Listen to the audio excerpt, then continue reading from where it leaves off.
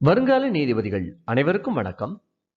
இந்த காணொளியில் நாம் பார்க்க போவது அத்தியாவசிய பொருட்கள் சட்டம் 1955 சட்ட திருத்தங்களுடன் பாகம் 1 பிரிவுகள் 1 முதல் 3 வரை.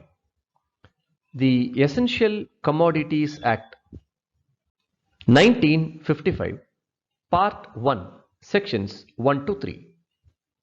நீங்கள் நிறைய பேர் மைனர் ஆக்ட் வேணும் அப்படின்ற மாதிரி கேட்டிருந்தீங்க. உங்களுடைய வேண்டுகோளுக்கு இணங்கி இப்போ நம்ம ஒரு சென்ட்ரல் மைனர் ஆக்டை போடுறோம். இது உங்களுடைய வசதிக்காக பாகங்களாக வெளியிடப்படும். எப்பயும் போல் நீங்கள் கொடுத்து வர ஆதரவை தொடர்ந்து கொடுக்கணும் அப்படின்னு நான் வேண்டி கேட்டுக்கிறேன். அதே மாதிரி உங்கள் எல்லாருக்கிட்டையும் நான் வைக்கக்கூடிய ஒரு வேண்டுகோள், ஆரம்பத்திலேருந்து கடைசி வரைக்கும் பாருங்கள் எல்லா வீடியோஸையும். அப்போ தான் நீங்கள் முழுமையாக ஒரு சட்டத்தை புரிஞ்சுக்க முடியும். முழுமையாக புரிஞ்சுக்கிட்டிங்கன்னா மட்டும்தான் எக்ஸாமில் நல்லா நீங்கள் ஆன்சர் பண்ண முடியும். இது எல்லாமே எக்ஸாமில் கேட்கக்கூடிய வாய்ப்புள்ள சட்டங்கள். தி எசென்ஷியல் கமோடிட்டிஸ் ஆக்ட் 1955 1955 ஒரு சட்டத்தை கொண்டு வராங்க, எசென்ஷியல் கமோடிட்டிஸ் ஆக்ட். இந்த எசென்ஷியல் கமோடிட்டிஸ் ஆக்ட் அப்படின்றத நீங்கள் எப்படி புரிஞ்சுக்கலாம், அந்த சட்டத்தை எப்படி புரிஞ்சுக்கலாம் அப்படின்னு பார்த்தீங்கன்னா, அடிப்படையாக தேவையாக இருக்கக்கூடிய சில பொருட்கள், சில விஷயங்கள் இருக்கு. இது சம்பந்தப்பட்ட ஒரு சட்டம். இது அவ்வளோதான், எளிமையாக புரிஞ்சுக்கணும்னா. இது 1 ஏப்ரல் 1955 அப்போ வருது. 1 ஏப்ரல் என்ன நாள்னு உங்கள் எல்லாருக்கும் தெரியும். இப்போ என்ன பண்ண ஆரம்பிச்சிட்டாங்கன்னா, இந்த பொருட்களை பதுக்கிறது, இந்த மாதிரி விஷயங்கள்லாம் பண்ண ஆரம்பிச்சிட்டாங்க. அதாவது விலை ஏற்றி நம்மளுக்கு கூடுதலாக கிடைக்கும் அப்படின்ற நோக்கத்தில் வியாபாரிகள்லாம் இந்த பொருளை பதுக்கி வைக்கிறது, பொருளுக்கு விலை ஏற்றுறதுக்கு என்னென்னலாம் வேலை செய்யணுமோ அதெல்லாம் செய்யறது, இந்த மாதிரி செயல்கள்லாம் செய்ய ஆரம்பிச்சிட்டாங்க. ஸோ இந்த மாதிரி விஷயங்களை தடுத்தாகணும். தடுத்தா மட்டும்தான் மக்களுக்கு நன்மை செய்ய முடியும் அப்படின்றது தெரியுது. இது இந்த சட்டத்தோட ஆக்சுவல் ஹிஸ்ட்ரி, எந்த நோக்கத்துக்காக இது கொண்டு வரப்பட்டது அப்படின்ற விஷயம். இப்போ ஒரு ப்ரொடக்ஷனையோ சப்ளையோ டிஸ்ட்ரிபியூஷனையோ, ஒரு பொருளை உற்பத்தி பண்ணுறாங்க, அது ஒரு இடத்துலேருந்து இன்னொரு இடத்துக்கு சப்ளை பண்ணுறாங்க, இல்லை டிஸ்ட்ரிபியூட் பண்ணுறாங்க, பல பேருக்கு பிரித்து கொடுக்குறாங்க. இந்த மாதிரி எல்லாம் பண்ணுறதுல ஒரு கண்ட்ரோல் கொண்டு வரணும். கொண்டு வந்தால் தான் விலையை கரெக்டான நிலையில் நிறுத்த முடியும். நீங்கள் பல சூழ்நிலைகளை பார்த்தீங்கன்னா, டிவிலெலாம் கூட பார்த்துருப்பீங்க. தக்காளிக்கு போதுமான அளவு விலை கிடைக்கல அப்படின்றதுக்காக தூக்கிட்டு ரோட்டில் கொட்டுறது, பாலுக்கு போதுமான அளவு விலை கிடைக்கல அப்படின்றதுக்காக பாலை ரோட்டில் ஊற்றுறது, இந்த மாதிரி எல்லாம் டிவியில் நியூஸ் பேப்பர்லாம் பார்த்துருப்பீங்க. அதாவது இது எல்லாமே ஒன்றுத்தோட ஒன்று தொடர்புடைய விஷயங்கள். ப்ரொடக்ஷன், சப்ளை, டிஸ்ட்ரிபியூஷன், இது எல்லாமே சேர்ந்து தான் ஒரு பொருளின் விலை என்ன அப்படிங்கிறத நிர்ணயம் பண்ணும், தீர்மானம் பண்ணும். அதனால இதை நம்ம கட்டுப்படுத்திட்டோம் அப்படின்னு சொன்னால், தேவையான பொருட்கள், எசென்ஷியலாக இருக்கக்கூடிய பொருட்கள், இதை நம்ம ஒரு கண்ட்ரோலில் கொண்டு வர முடியும் அப்படின்னு நினச்சி அரசாங்கம் உருவாக்கிய ஒரு சட்டம் தான் இந்த எசென்ஷியல் கமோடிட்டிஸ் ஆக்ட் 1955. எப்பயும் போல செக்ஷன் 1 பார்த்தீங்கன்னா, அந்த சட்டத்தை என்னன்னு கூப்பிடணும் இப்படி தான் சொல்லுவாங்க. அது சப்கிளாஸ் 1 வரும். இந்த இடத்துல இந்த சட்டத்தை எசென்ஷியல் கமோடிட்டிஸ் ஆக்ட் 1955 அப்படின்னு கூப்பிடணும் அப்படின்றாங்க.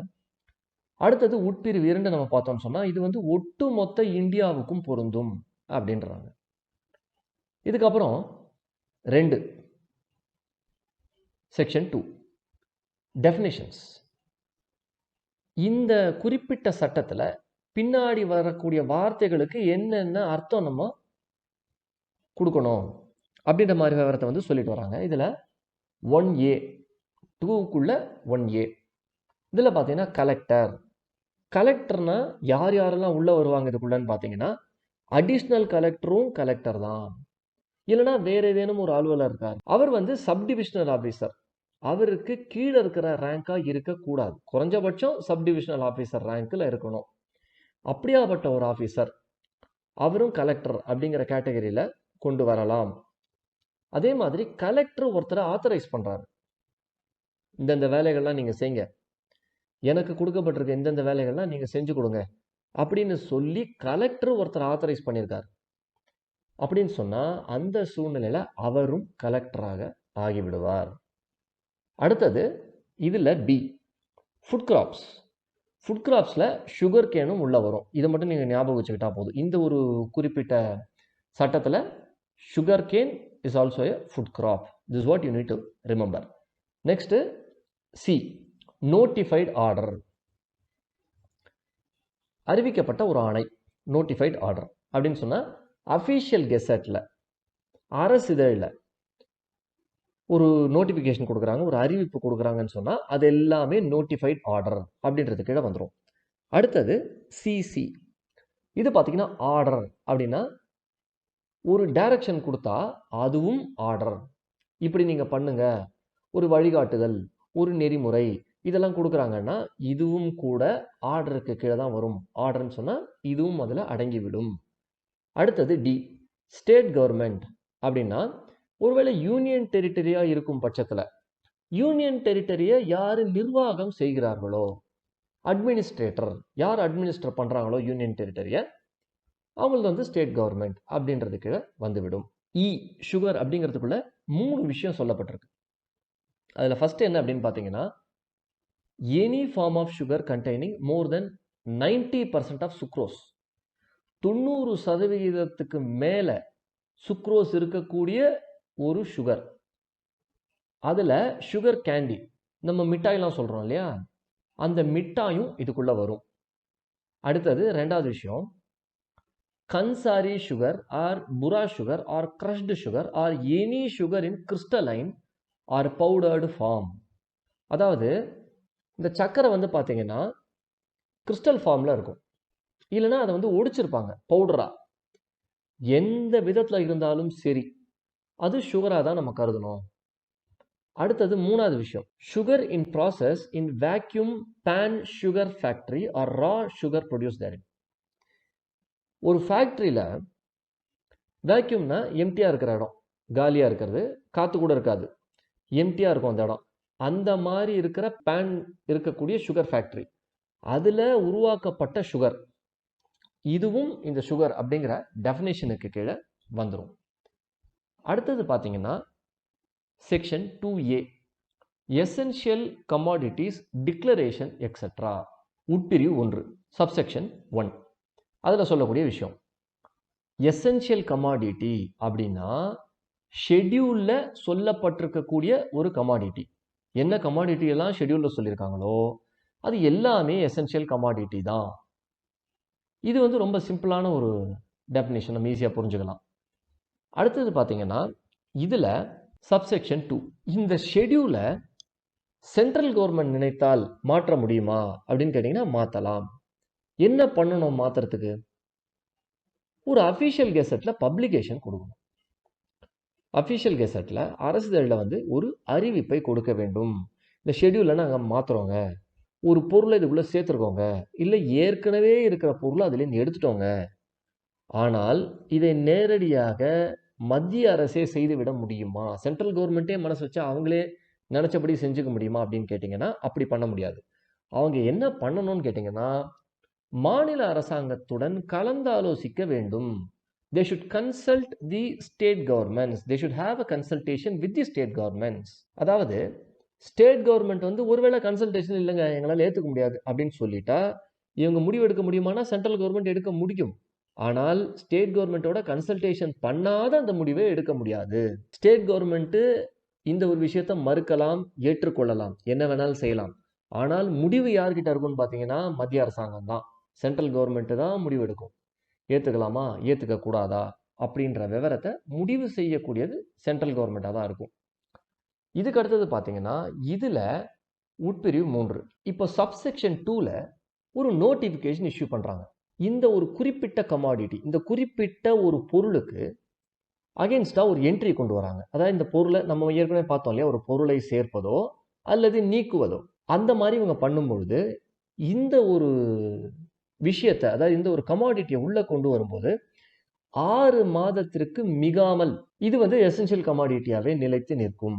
இன்னும் நம்மளுக்கு தெளிவாக புரிஞ்சுக்கிற மாதிரி சொல்லணும் அப்படின்னு பார்த்தீங்கன்னா, உதாரணத்துக்கு ஒரு பொருள் இருக்கு, அந்த பொருளை எசென்ஷியல் கமாடிட்டியாக உள்ளே கொண்டு வராங்க. கொண்டு வரும்பொழுதே அதில் ஒரு கிளாஸ் இவங்க சேர்த்துட முடியும், 6 மாதம் வரைக்கும் இது எசென்ஷியல் கமாடிட்டியாகத்தான் இருக்கும் அப்படின்னு சொல்ல முடியும். ஆனால் ஒருவேளை பொதுமக்களின் நன்மை கருதி, பொதுமக்களின் நன்மைக்காக இவங்க என்ன பண்ணலான்னு கேட்டீங்கன்னா, இந்த குறிப்பிட்ட கால அளவு இருக்கு பாருங்க, இது 6 மாசத்திலேருந்து கூடுதலாகவும் வைக்கலாம். ஒரு உதாரணத்துக்கு எக்ஸாம்பிள் நம்ம பார்க்குறோம்னு சொன்னா, இப்போ வந்து டீ டீ தூள் இருக்கு. இந்த டீ தூள ஒரு எசென்ஷியல் கமாடிட்டியா உள்ள கொண்டு வந்து சேர்க்குறாங்கன்னு வச்சுப்போம் ஒரு உதாரணத்துக்கு. அப்போ இது வந்து 6 மாசத்துக்கு எசென்ஷியல் கமாடிட்டியா இருக்கும்னு சொல்லலாம். இல்ல 10 மாசத்துக்கு எசென்ஷியல் கமாடிட்டியா இருக்கும்னு சொல்லலாம். இல்ல 1 வருடத்துக்கு இருக்கும்னு சொல்லலாம். இந்த குறிப்பிட்ட கால அளவை மத்திய அரசாங்கம் நினைத்தால் மாற்றி அமைக்க முடியும். முதல்ல கொடுக்கும்போது 6 மாசத்துக்கு மிகாமல் இருக்கணும்னு சொல்றாங்க.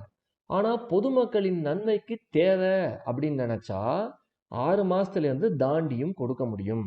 எவ்வளவு நாள் இல்ல எவ்வளவு மாசங்கள் வேணாலும் இல்ல எவ்வளவு வருடங்கள் வேணாலும் கொடுக்கலாம்.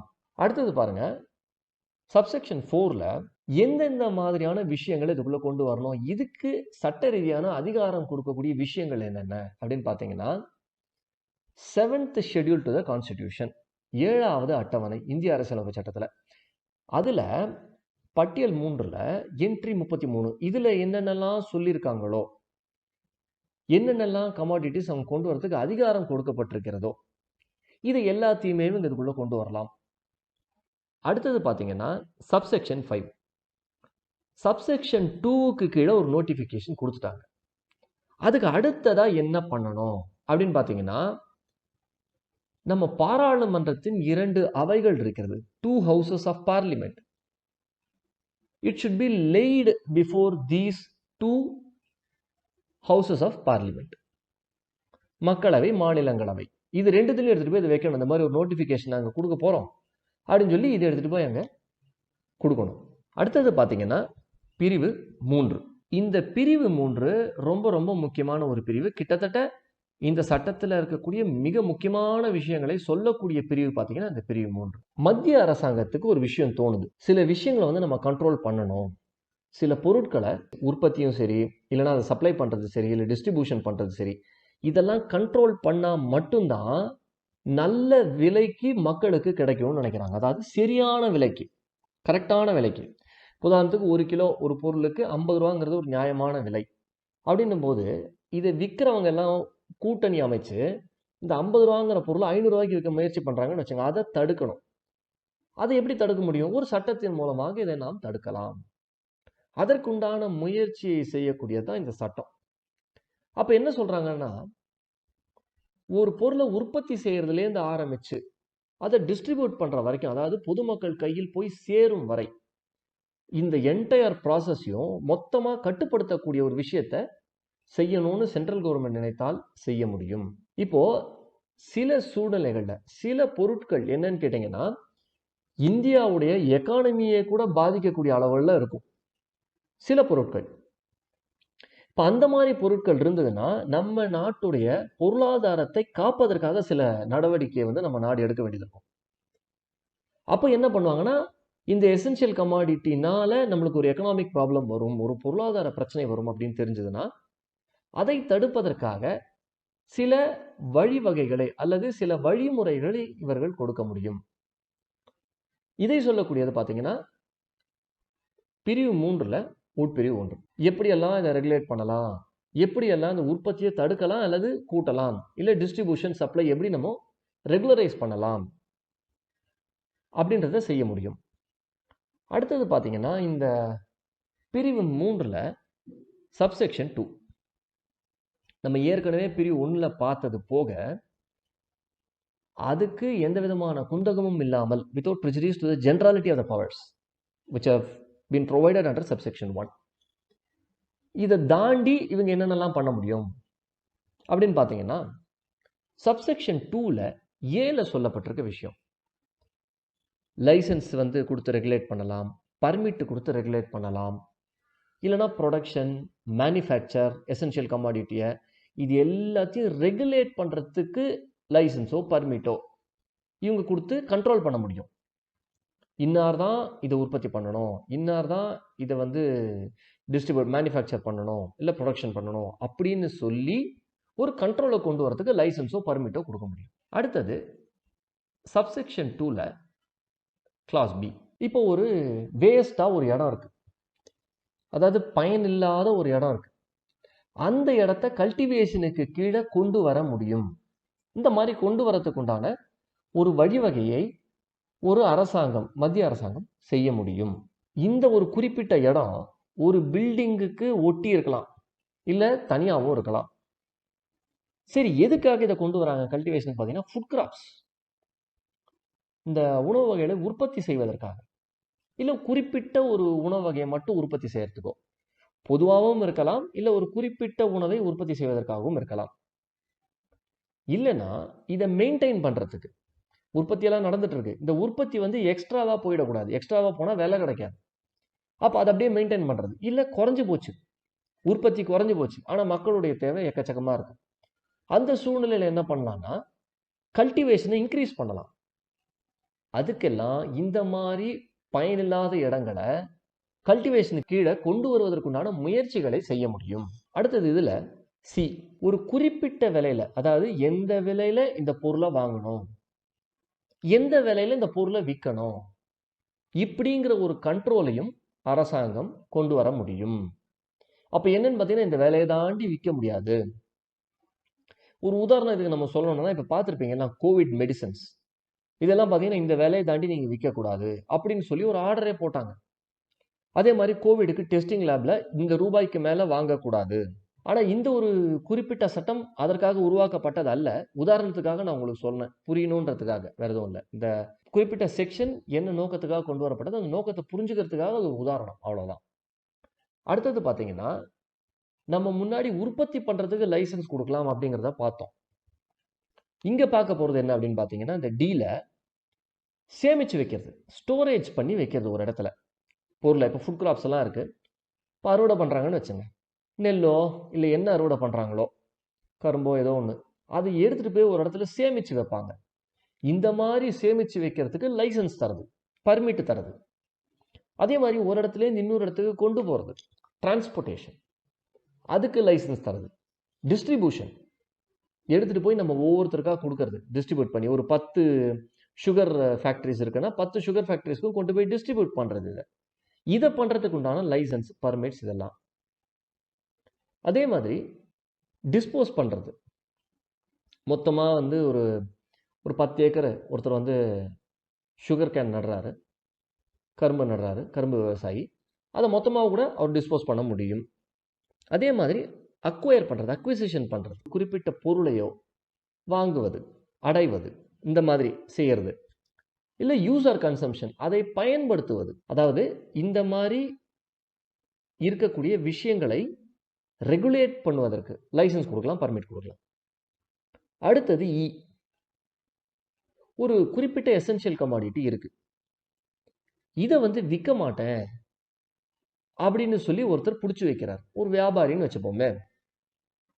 இந்த வியாபாரி கிட்ட கிட்டத்தட்ட ஒரு 1000 டன் பருப்பு இருக்கு, அந்த 1000 டன் பருப்பையும் விற்க மாட்டேன் அப்படின்னு சொல்லி இவர் நிறுத்தி வைக்கிறார். இவருக்கு நோக்கம் என்னன்னா, இது நம்ம விற்காது நிறுத்தி வச்சிட்டோம் அப்படின்னு சொன்னா ஃபியூச்சர்ல இதோட விலை ஏறும். ஏன்னா நம்ம கிட்ட 1000 டன் இருக்கு, நம்ம எல்லாத்தையும் நம்மளே ஒரே ஆளே வாங்கிட்டோம். இப்போ இது விற்கலைன்னா வெளியில கிடைக்காது பருப்பு, அப்போ என்ன ரேட்டுனாலும் கொடுத்து மக்கள் வாங்குவாங்க அப்படிங்கிற ஒரு நம்பிக்கையில இவர் என்ன பண்றாருன்னா நிறுத்திடுறாரு அந்த சேலை. சேலை நிறுத்தினதின் காரணமாக விலை ஏறும்ன்றது இவருடைய நம்பிக்கை. இந்த மாதிரி இருக்கக்கூடிய விஷயங்களை தடுக்கலாம் அரசாங்கம் நினைத்தால். இதை தடுப்பதற்குண்டான நடவடிக்கைகளை எடுக்கலாம். அதற்கு என்னென்ன சட்டங்கள் தேவையோ இல்லை என்னென்னலாம் செய்யணுமோ அதை செய்ய முடியும். அடுத்தது எஃப், இப்போ ஒரு நபர் இருக்கார், அவர் வந்து ஒரு குறிப்பிட்ட பொருளை ஸ்டாக் வச்சிருக்காரு, இல்லை அதை உற்பத்தி பண்ணக்கூடிய ஒரு செயலில் அவர் ஈடுபட்டிருக்கார், இல்லை அதை வாங்கி விற்கிற செயலில் இருக்கார், ஒரு புரோக்கராக செயல்படுறாருன்னு கூட வச்சுக்கலாம். இந்த எசென்ஷியல் கமாடிட்டியை பொறுத்த மட்டும் இந்த மாதிரி ஒருத்தர் செய்துட்டு இருக்கும் பொழுது அதை எப்படி ரெகுலரைஸ் பண்றது? அப்ப பாருங்க, இந்த மாதிரி ஒரு நபர் செஞ்சுட்டு இருக்காரு, அந்த நபர் ஒரு குறிப்பிட்ட ஒரு குவான்டிட்டியை, ஒரு அளவை விற்கலாம், இல்லை ஒட்டுமொத்தமாக கூட விற்கலாம். அப்போ நீங்க இது எப்படி விற்கணும், நீங்க என்ன மாதிரி இதை விற்கணும் அப்படின்ற மாதிரி ஒரு கைட்லைன் இதை உருவாக்கி தர முடியும். அடுத்தது, ஒருவேளை இதே நபர் ஃபியூச்சர்ல ஒரு பொருளை வாங்குவார்னு வச்சுங்க, இப்போ அவர்கள் இல்லை, ஆனால் ஃபியூச்சர்ல அவர் வாங்குவார், இல்லை இவர் ஃபியூச்சர்ல ப்ரொடியூஸ் பண்ணுவார், அப்போ அந்த மாதிரி நீங்க ப்ரொடியூஸ் பண்ணாலோ இல்ல ஃபியூச்சர்ல வாங்கினாலோ நீங்க அதுல எந்த அளவை எப்படி விற்கணும்? ஒரு 10 டன் கோதுமைக்கு இவர் வந்து ஒரு விவசாயி கிட்ட ஒப்பந்தம் போடுறாரு. 10 டன் கோதுமை எனக்கு உற்பத்தி பண்ணி கொடுத்துருங்க. அவரும் சரின்னு சொல்லி உற்பத்தி பண்றாரு. 10 டன் நானே வாங்கிக்கிறேன் அப்படின்றாரு. அப்ப ஃபியூச்சர்ல ஒருவேளை இவர் அதை வாங்கி கொண்டால் எப்படி இதை வந்து இவர் வந்து விற்கணும் அப்படின்றத ஒரு ரெகுலரைசேஷன்ல கொண்டு வர முடியும். அப்போ சென்ட்ரல் கவர்மெண்ட்டோ இல்ல ஸ்டேட் கவர்மெண்ட்டோ, மத்திய அரசாங்கமோ அல்லது மாநில அரசாங்கமோ அவங்க கிட்ட கொடுக்கறதோ அல்லது officer or agent of such government, இந்த மத்திய அல்லது மாநில அரசாங்கத்தின் ஒரு அலுவலர் அல்லது ஒரு அதிகாரி அல்லது அவர்களுடைய ஒரு முகவர், இவங்களுக்கு விற்கணும், இல்ல ஒரு கார்பரேஷனுக்கு விற்கணும், அதே மாதிரி இல்லைன்னா ஒரு குறிப்பிட்ட நபர்களுக்கு இதை விற்கணும் அப்படின்ற மாதிரி சொல்ல முடியும். அதற்குண்டான அதிகாரம் இருக்கிறது. இதுக்கு பின்னாடியே எக்ஸ்பிளனேஷன் கொடுக்குறாங்க. ஃபுட் கிரெயின்ஸ், நம்ம உணவு தானியங்கள் சொல்லலாமே, edible oil seeds or edible oils, எண்ணெய் வித்துக்கள் இல்லை எண்ணெய். அப்போ இது வந்து ஒரு குறிப்பிட்ட ஒரு ஏரியால எவ்வளவு விளையுது, அந்த குறிப்பிட்ட இடத்துல எவ்வளவு ப்ரொடக்ஷன் இருக்கு இந்த ஃபுட் கிரெயின்ஸ், இல்ல அந்த குறிப்பிட்ட எண்ணெய் வித்துக்கள் எவ்வளவு உற்பத்தி ஆகுது, இல்ல எவ்வளவு எண்ணெய் உற்பத்தி ஆகுது அப்படின்றதெல்லாம் பார்த்துட்டு இதை உற்பத்தி பண்றவர் இந்த குறிப்பிட்ட ஏரியால எவ்வளவு விற்கலாம் அப்படின்றத நிர்ணயம் பண்ண முடியும். இதுலயும் கிரேடு வைக்கலாம். இப்ப செக்குல ஆட்டின நல்லெண்ணெயா, அது ஹையர் கிரேடு. செக்குல ஆட்டல ஃபேக்டரியில பண்றாங்களா, அது 2வது கிரேடு. ஃபேக்டரியில வந்து ரிஃபைண்ட் ஆயிலா கொஞ்சம் வெளியில இருந்து ஆயிலையும் அதுல சேர்க்கறாங்களா, அது 3வது கிரேடு. இப்படின்ற மாதிரி தரம் பிரிப்பது, தரத்தை பிரிக்க முடியும். அதற்கும் உங்களுக்கு அதிகாரம் இருக்கு.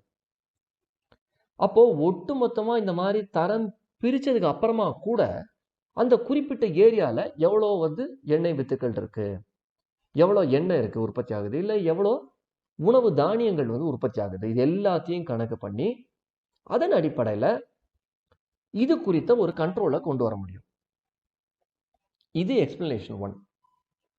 அடுத்தது பார்த்தீங்கன்னா எக்ஸ்பிளனேஷன் 2.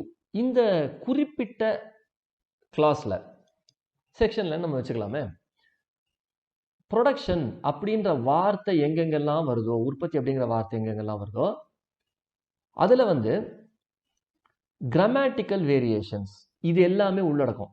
ஒன்றும் இல்லை, காக்னேட் எக்ஸ்பிரஷன்ஸ் அப்படின்றாங்க. இது என்ன அப்படின்னு பார்த்தீங்கன்னா, இந்த ப்ரொடக்ஷனுக்குள்ள எந்த வகையில நீங்க வந்து எண்ணெய் உற்பத்தி செய்ய, அதாவது நம்ம வந்து சாப்பிடக்கூடிய, அதாவது ஆயில்ஸ், எடிபிள் ஆயில்ஸ், அதாவது சாப்பாட்டுக்கு பயன்படுத்தக்கூடிய எண்ணெய்கள் அப்படி வச்சுக்கலாம், நம்ம உணவுக்கு பயன்படுத்தக்கூடிய எண்ணெய்கள். அதே மாதிரி சுகர், சர்க்கரை, இதை எப்படி உற்பத்தி பண்ணாலும் சரி இது எல்லாமே ப்ரொடக்ஷனுக்குள்ள வந்துடும். நான் வந்து இந்த ப்ராசஸ்ல தானே பண்ணேன், நான் வேற ப்ராசஸ்ல தானே பண்ணேன், அதனால ப்ரொடக்ஷனுக்குள்ள வராது, இப்படிலாம் சொல்ல முடியாது. என்னென்ன வகையில உற்பத்தி பண்ணாலும் சரி, என்ன ப்ராசஸ் யூஸ் பண்ணாலும் சரி, என்ன பொருட்கள் யூஸ் பண்ணாலும் சரி, இது எல்லாமே ப்ரொடக்ஷனுக்குள்ள வந்துடும். இப்போ அடுத்தது ஜி. இந்த ஜில பார்த்தீங்கன்னா ஒரு கமர்ஷியல் அல்லது ஃபினான்ஷியல் டிரான்சாக்ஷன்ஸ். இப்போ இந்த உணவுப் பொருட்கள் இருக்கு. இந்த உணவுப் பொருட்களை நம்ம விற்கிறோம், இல்லை வாங்குறோம், இல்லை அது சம்பந்தமான ஏஜென்சி நம்ம வச்சிருக்கிறோம். இதில் நம்ம காசு கொடுப்போம், காசு வாங்குவோம், பொருளை கொடுத்து காசு வாங்குவோம், இல்லை காசை கொடுத்து பொருளை வாங்குவோம், எது வேணாலும் நடக்கும். இந்த மாதிரி நடக்கக்கூடிய டிரான்சாக்ஷன்ஸ் இது எல்லாத்தையும் ரெகுலேட் பண்றதோ அல்லது ப்ராஹிபிட் பண்றதோ அல்லது தடுப்பதோ, ஒழுங்குமுறைப்படுத்துவதோ அல்லது தடுப்பதோ, இது ரெண்டுமே செய்ய முடியும். இதை செய்யாத விட்டுட்டால், ஒருவேளை இந்த மாதிரி நடக்கக்கூடிய டிரான்சாக்ஷனை நான் தடுக்காத விட்டுட்டா அது பொதுமக்களுக்கு தீங்கு விளைவிக்கும் அல்லது நன்மை பயக்காது அப்படின்ற மாதிரி ஒரு அரசாங்கம் நினைத்தால், அந்த சூழ்நிலையில இந்த மாதிரி இருக்கக்கூடிய கமர்ஷியல் ஃபினான்ஷியல் டிரான்சாக்ஷன்ஸை தடுத்து நிறுத்த முடியும். இப்போ ஒரு உதாரணம் பாருங்க, நான் ஒரு எசென்ஷியல் கமாடிட்டி உற்பத்தி பண்றேன், சுகர் உற்பத்தி பண்றேன்னு வச்சுப்போமே. இந்த சுகரை நான் உற்பத்தி பண்ணி நான் சேல் பண்ணணும். நான் என்ன பண்றேன், என் ஃபேக்டரியில மட்டும் இல்லாத நான் வந்து அந்த சுகர் ஃபேக்டரி அசோசியேஷனோட பிரசிடென்ட்னு வச்சுப்பேன். இப்போ நான் என்ன பண்றேன், என் அசோசியேஷன்ல இருக்கிற எல்லாரையும் கூப்பிடுறேன், இந்த ஃபேக்டரி ஓனர்ஸ் எல்லாரையும் கூப்பிட்டு, இதை பாருங்கய்யா, இவ்வளோ ரூபாய் போகுது இன்னைக்கு விலை, நான் உங்களுக்கு இவ்வளோ ரூபாய் கொடுக்குறேன். உதாரணத்துக்கு சுகர் வந்து ஒரு கிலோ 50 ரூபா போகுது அப்படின்னு வச்சுப்போம். நான் எல்லாரையும் கூப்பிட்டு என்ன சொல்றேன், இந்த பாருங்க, நீங்க வெளியில வித்தாலும் உங்களுக்கு 50 ரூபா தான் கிடைக்கும், நான் 55 ரூபா தரேன் உங்க எல்லாருக்கும். நீங்க என்ன பண்ணுங்க, எல்லா பொருளையும் என்கிட்டயே கொடுத்துருங்க. வெளியில யாருக்கும் விற்காதீங்க அப்படின்னு சொல்லி அசோசியேஷன் பிரசிடென்ட் ஆனோம்னா அந்த அசோசியேஷன்ல இருக்கக்கூடிய ஃபேக்டரி ஓனர்ஸ் கிட்ட சொல்றேன், சொல்லி அவங்க கிட்ட இருந்து எல்லாத்தையும் நானே வாங்கிக்கிறேன். அப்ப அந்த மாதிரி வாங்கும்போது என்ன ஆகும்னா, நான் என்னுடைய நோக்கம் அவங்களுக்கு 55 ரூபா கொடுத்து வாங்கியிருக்கேன். இப்ப வெளியில சுகர் கிடைக்காது. எல்லாத்தையும் நானே கான்ட்ராக்ட் போட்டு வாங்கிடுறேன் 100%. வெளியில சுகரே கிடைக்க முடியாத அளவுக்கு நான் பண்ணிடுறேன். இப்போ நான் 80 ரூபா சொன்னாலும் மக்கள் வாங்குவாங்க. வேற வழி கிடையாது. அப்ப அந்த மாதிரி நடக்காத தடுக்கிறதுக்கு என்னென்னலாம் செய்யணுமோ அதை அரசாங்கம் செய்ய முடியும். இது ஜில சொல்லப்பட்டிருக்க விஷயம். அடுத்தது ஹெச். இப்ப நம்ம முன்னாடி இந்த ஜி வரைக்கும் பார்த்தோம் இல்லையா, என்னென்னலாம் செய்ய முடியும் அப்படின்னு சொல்லிட்டு. இந்த மாதிரி இருக்கக்கூடிய விஷயங்களுக்கு தேவையான இன்ஃபர்மேஷன், தகவல்கள் இல்ல ஸ்டாட்டிஸ்டிக்ஸ், இது எல்லாத்தையும் கலெக்ட் பண்ண முடியும். ஏன் இதெல்லாம் கலெக்ட் பண்றாங்க, எதுக்காக இதெல்லாம் கலெக்ட் பண்றாங்க அப்படின்னு பார்த்தீங்கன்னா, முன்னாடி நம்ம சொன்னோம் இல்லையா அந்த விஷயம், இதெல்லாம் செயல்படுத்துறதுக்கு, இதை ரெகுலேட் பண்றதுக்கு, இதை ப்ராஹிபிட் பண்றதுக்கு செய்ய வேண்டிய கட்டாயம் இருக்கிறது. அதனால இது எல்லாத்தையும் கலெக்ட் பண்ணி ப்ராஹிபிட் பண்றாங்க. அதற்காக இதெல்லாம் கலெக்ட் பண்றாங்க. இது வந்து ஹெச்ல சொல்லப்பட்டிருக்க விஷயம். அடுத்தது ஐ. இப்போ ஒவ்வொரு கம்பெனிலையும், அதாவது ப்ரொடியூஸ் பண்ணக்கூடிய கம்பெனி, உற்பத்தி பண்ணக்கூடிய கம்பெனியோ இல்லை சப்ளை பண்ணக்கூடிய கம்பெனியோ இல்லை டிஸ்ட்ரிபியூஷன் பண்ணக்கூடியவங்களோ இல்லை ட்ரேட் அண்ட் காமர்ஸில் இன்வால்வ் ஆயிருக்கவங்களோ, இவங்க எல்லாருக்கும் பார்த்தீங்கன்னா ஏதோ ஒரு விதத்தில் ஒரு அக்கௌண்ட்டுன்னு மெயின்டைன் பண்ணுவாங்க. நான் இவ்வளோ ரூபாய்க்கு இன்னைக்கு இந்த நபருக்கு இந்த பொருளை கொடுத்தேன், இவ்வளோ அக்கௌண்ட்ஸ் இருக்கு, இவ்வளோ ரெக்கார்ட்ஸ் இருக்கு, இது எல்லாத்தையும் வச்சிருப்பாங்க டீட்டெயில்டா. இந்த மாதிரி யார் யாரெல்லாம் உற்பத்தி பண்றாங்களோ, எந்த நபர்கள்லாம் உற்பத்தி பண்றாங்களோ, கம்பெனியாகவும் இருக்கலாம் இல்லை தனியாளாகவும் இருக்கலாம், உற்பத்தி பண்றவங்க, சப்ளை பண்றவங்க, டிஸ்ட்ரிபியூஷன் பண்றவங்க, இவங்க கிட்டேருந்து இவங்க வச்சிருக்காங்க பாருங்க ரெக்கார்ட்ஸ். யாருக்கு எவ்வளோ ரூபாய் கொடுத்தேன், பில்லு போட்டிருப்பாங்க, இந்த அமௌண்ட் எல்லாம் வச்சிருப்பாங்க. இது எல்லாத்தையும் நீங்க கொடுங்க அப்படின்னு சொல்லி அரசாங்கம் நினைத்தால் வாங்க முடியும். அதுக்கு ஒரு ஆர்டரும் போட முடியும். நீங்க இந்த சுகர், இந்த சர்க்கரையை வந்து எத்தனை பேருக்கு கொடுத்துருக்கீங்க, அது சம்பந்தப்பட்ட ரெக்கார்ட்ஸ் எனக்கு கொடுங்க கேட்கலாம். இந்த சுகரை விற்று உங்களுக்கு எவ்வளோ ரூபாய் காசு வந்தது, எவ்வளோ கிலோ சுகர் விற்றீங்க, டீட்டெயில்ஸ் கொடுங்க கேட்கலாம். இது எல்லாத்தையும் கேட்க முடியும். அடுத்தது இதுல ஐ. இது நீங்க பாத்தீங்க அப்படின்னு சொன்னா லைசன்ஸ், பர்மிட், இதை கிராண்ட் பண்றாங்க. எதுக்கு அப்படின்னு பார்த்தீங்கன்னா, அதாவது மற்ற டாக்குமெண்ட் சம்பந்தமாவோ அல்லது ஃபீஸ், ஒரு குறிப்பிட்ட ஒரு இதுக்கு வந்து இவ்வளோ ரூபாய் நீங்கள் கட்டணும் அப்படின்ற மாதிரி இருக்கக்கூடிய சூழ்நிலைகளோ, அல்லது ஒரு குறிப்பிட்ட சம்மை டெபாசிட் பண்ணுங்க, இப்படின்னோலாம் ரெஸ்ட்ரிக்ஷன் கொண்டு வர முடியும். இப்போ ஒரு குறிப்பிட்ட கண்டிஷன் இருக்கு. இந்த கண்டிஷனை சொல்றாங்க. இப்போ ஒருத்தர் சுகர் ஃபேக்டரி வச்சிருக்காரு. அப்போ கவர்மெண்ட் என்ன சொல்லுது, ஏங்க இந்த கண்டிஷன்லாம் நீங்கள் செய்யணுங்க, இந்த மாதிரி தாங்க செய்யணும், இதை இவ்வளோ பேருக்கு தாங்க நீங்கள் டிஸ்ட்ரிபியூட் பண்ணணும். சுகர் உற்பத்தி பண்ணுறீங்களா, இந்த சுகரில் 50% தான் நீங்கள் வெளியில் வைக்கணும், 50% கவர்மெண்ட் கிட்ட தான் கொடுக்கணும், இப்படின்ற மாதிரி கண்டிஷன்ஸை கவர்மெண்ட் போட முடியும். இப்போ இந்த மாதிரி போடும்போது இந்த கண்டிஷனை இவர் செயல்படுத்தாத விட்டுட்டா என்ன பண்ண முடியும் கவர்மெண்ட்? அதற்கு ஏதாவது ஒரு விஷயம் செய்யணும்ல. அப்போ என்ன பண்ணுவாங்கன்னா, நீங்கள் ஒரு செக்யூரிட்டி அமௌண்ட் கொடுங்க, எங்ககிட்ட கொடுத்து வைங்க அப்படின்னு சொல்லி கவர்மெண்ட் இவங்க கிட்ட வாங்கி வச்சுக்கும். உதாரணத்துக்கு ஒரு 50 கிலோ சர்க்கரை இவர் வந்து வெளியில கொடுக்கலாம் அப்படின்னு பர்மிஷன் இருக்கு, இல்ல 50 கிலோவுக்கு மேல கொடுக்க கூடாதுன்னு இருக்கு. அப்ப என்னன்னு கேட்பாங்கன்னா, நீங்க எவ்வளவுங்க உற்பத்தி பண்றீங்க அப்படின்றாங்க. இல்லைங்க நான் 100 கிலோ சர்க்கரை உற்பத்தி பண்றேங்க. அப்போ மிச்சம் இருக்கிற 50 கிலோவுக்கு என்ன காசு வருதோ அந்த காசை கவர்மெண்ட் கிட்ட கொடுத்து நீங்க டெபாசிட்டா வைங்க சொல்லலாம். ஒருவேளை இவர் வந்து மீறிட்டாருன்னு வச்சுங்க, 50 கிலோ தான் இவர் வந்து வெளியில விற்கணும், இவர் என்ன பண்றாருன்னா, நான் 50 கிலோ விற்க மாட்டேன், நான் 75 கிலோ வித்துறேன்னு வித்துறாரு, போய் வெளியில எக்ஸ்ட்ரா உற்பத்தி பண்ணி வித்துறாரு. அப்போ கவர்மெண்ட் என்ன பண்ணலாம்னா, இந்த 50 கிலோக்கு உண்டானதை காசு கொடுத்து வச்சிருக்காரு பாருங்க, அதுலேருந்து இதை வந்து ரெக்கவர் பண்ணிக்கலாம். இந்த மாதிரி பண்ண முடியும். அடுத்தது ஜே. இது மெயின். இப்போ நம்ம பார்த்தது எல்லாமே மெயினான விஷயங்கள். இப்போ இந்த மெயினான விஷயங்களுக்கு தொடர்புடைய விஷயங்கள், சைடில் சில விஷயங்கள் இருக்கும், எக்ஸ்ட்ரா ஃபிட்டிங்ஸ் மாதிரி. அப்போ அந்த மாதிரி விஷயங்களுக்கு என்னென்னலாம் செய்யலாம், அதற்கு என்னென்ன அதிகாரங்கள் இருக்கிறது, இது பார்த்தீங்கன்னா ஜேல சொல்லப்பட்டிருக்க விஷயங்கள். இப்போ ஒரு குறிப்பிட்ட ஒரு விஷயத்தை கைப்பற்றுவது அப்படின்னு வச்சுங்களேன். இவங்க என்ன பண்றாங்கன்னா, கப்பல்ல வந்து சர்க்கரையை திருட்டுத்தனமா எடுத்துட்டு போறாங்க வெளிநாட்டுக்கு மறைச்சு. அப்போ இந்த அதிகாரி, அரசு அதிகாரி என்ன பண்றாருன்னா, உள்ள போய் பார்க்கறாரு, வேற ஏதோ விஷயத்துக்கு போறாரு, உள்ள போய் பார்த்தா சர்க்கரையை வந்து கடத்துறாங்க. தெரியல, எங்கேருந்து கொண்டு வந்தாங்க, எங்கே கொண்டு போகிறாங்க ஒன்றும் தெரியல, டீட்டெயில்ஸ் இல்லை. ஆனால் வேற ஏதோ ஒரு பொருள் மாதிரி அதை காமிச்சு கூட கொண்டு போகிறாங்க திருட்டுத்தனமாக. ஏதோ பொய்யான டாக்குமெண்ட்ஸை கிரியேட் பண்ணி அதை நம்ப வச்சு கொண்டு போகிறாங்க. அப்போ இந்த அதிகாரி வந்து பார்க்குறாரு. பார்த்துட்டு இதில் அவருக்கு ஏதோ சந்தேகம் வருதுன்னும் போது அதை சீஸ் பண்ண முடியும். சீஷர் போய் செக் பண்ணி சீஸ் பண்ண முடியும். இதற்கு அதிகாரம் இருக்கிறது. எந்தெந்த சூழ்நிலைகளில் எந்தெந்த பொருட்களை பண்ண முடியும் அடுத்தது. அப்போ பார்த்தீங்கன்னா ஜேல 1 சப் கிளாஸ் 1 அதில் என்ன சொல்கிறாங்கன்னா, ஒரு குறிப்பிட்ட ஆணை இருக்கிறது. உதாரணத்துக்கு இப்போ ஒரு சில நாட்களுக்கு முன்னாடி நீங்கள் பார்த்தீங்கன்னா வெங்காயத்தை எக்ஸ்போர்ட் பண்ணக்கூடாது, இங்கேயே ரொம்ப டிமாண்ட் இருக்குது அப்படின்ற மாதிரி ஒரு சூழ்நிலை ஏற்பட்டது. இப்போ அந்த மாதிரி சூழ்நிலை என்ன பண்ணுவாங்கன்னா, நீங்கள் வந்து இந்த குறிப்பிட்ட பொருளை வெளிநாட்டுக்கு ஏற்றுமதி செய்யக்கூடாது அப்படின்னு சொல்லி ஒரு தடை விதிச்சிருப்பாங்க. அந்த மாதிரி இருக்கும் பொழுது ஒருத்தர் மீறி இருக்காருன்னு தோணுது ஒரு அதிகாரிக்கு. இல்லைன்னா இவர் மீறுவார்னு தோணுது. மீறி இருக்கலாம் அல்லது மீறுவார், ஃபியூச்சரில் இவர் பண்ணலாம் அப்படின்னு தோணுது. இல்லைன்னா பேக் பண்ணி வச்சிருக்காங்க. பேக்கிங் மேலே இருக்கிறதெல்லாம் வேற. பேக்கிங் மேலே என்ன எழுதுறாங்க, கோதுமைன்னு எழுதி வச்சிருக்காங்க. ஆனால் உள்ளே இருக்கிறது அரிசி. இல்லை பேக்கிங் மேலே கோதுமைன்னு இருக்கு, உள்ளே இருக்கிறது சர்க்கரை. இந்த மாதிரி கவர் பண்ணி, இல்லைன்னா என்ன பண்ணுவாங்கன்னா மேலே ஃபுல்லாக அரிசியை வச்சுட்டு சென்டரில் ஒரு கவரை வச்சு அந்த கவர் உள்ள சுகரை வச்சுருப்பாங்க. இந்த மாதிரியும் பண்ணலாம். இப்போ இந்த மாதிரியெல்லாம் பண்ணும்பொழுது அந்த ஆர்டிகல்ஸை சீஸ் பண்ண முடியும். இது முதல் விஷயம், சப் கிளாஸ் 1ல சொல்லப்பட்டிருக்க விஷயம். அடுத்தது இரண்டாவது என்னன்னு பார்த்தீங்கன்னா, இந்த பொருளை கொண்டு போகக்கூடிய ஏர்கிராஃப்ட், விமானம், இல்லைன்னா இதை கொண்டு போகக்கூடிய வெசல், இந்த கப்பல் நம்ம பார்த்தோம் இல்லையா அந்த மாதிரி, இல்லைன்னா ஏதேனும் ஒரு வாகனம், ஒரு வண்டி, 2 வீலராக இருக்கலாம், 4 வீலராக இருக்கலாம், எதா வேணாலும் இருக்கலாம். இப்போ இந்த மாதிரி இருக்கக்கூடிய சூழ்நிலைகளில் இந்த குறிப்பிட்ட வண்டியையும் கூட சீஸ் பண்ண முடியும். இதை சொல்லக்கூடியது இந்த ஜேல சப் கிளாஸ் 2. அடுத்தது ஜேல சப் கிளாஸ் 3 பார்த்தீங்க அப்படின்னு சொன்னால், நம்ம ஏற்கனவே பார்த்தோம் அக்கௌண்ட்ஸ் டீட்டெயில்ஸ் கேட்டால் அந்த ரெக்கார்ட்ஸ் டாக்குமெண்ட்ஸ் எல்லாம் கொடுக்கணும். இப்போ இந்த அதிகாரி போய் ஒரு ஃபேக்ட்ரியில் செக் பண்ணுறாரு.